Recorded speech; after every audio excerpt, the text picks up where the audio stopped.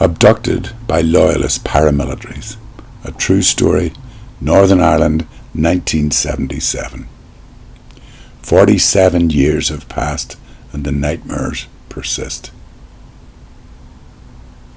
Stomach churning, head racing, ear squished against the car floor, feet pinning me down, air thick with smoke, beer and sweat. Am I going to be killed? Armed with a 9mm and an Armalite, the three woolly faces stomped on me each time I moved or made the slightest sound.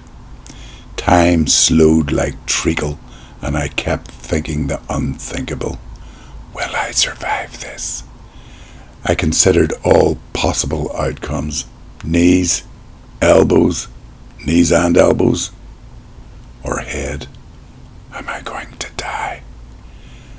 The car slowed, and the mobster's sudden empty silence shouted their intent. I am going to die. Perhaps, maybe, what if?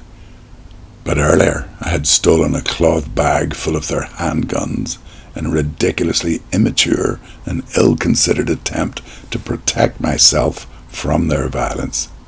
They are going to murder me.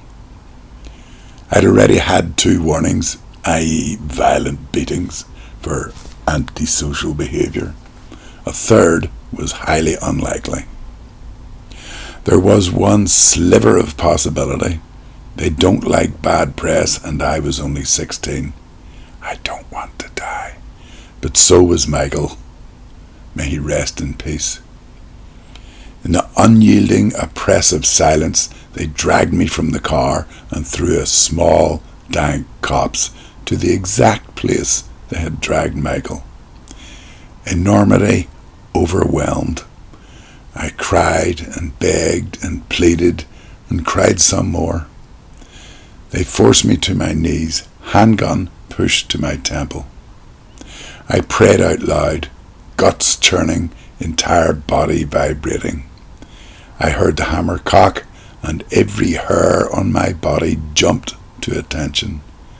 Time stopped, dead. An eon of intolerable discomfort, then the worst sound, the worst feeling, the worst moment I have ever experienced. Click! I was lost. I didn't hear the bang or feel the bullet enter my head. I didn't fall dead. They laughed, and then they beat me relentlessly. When the beating stopped, I was given another final warning, and left on the ground bleeding where Michael had bled. 47 years have passed. Sometimes I wake up screaming.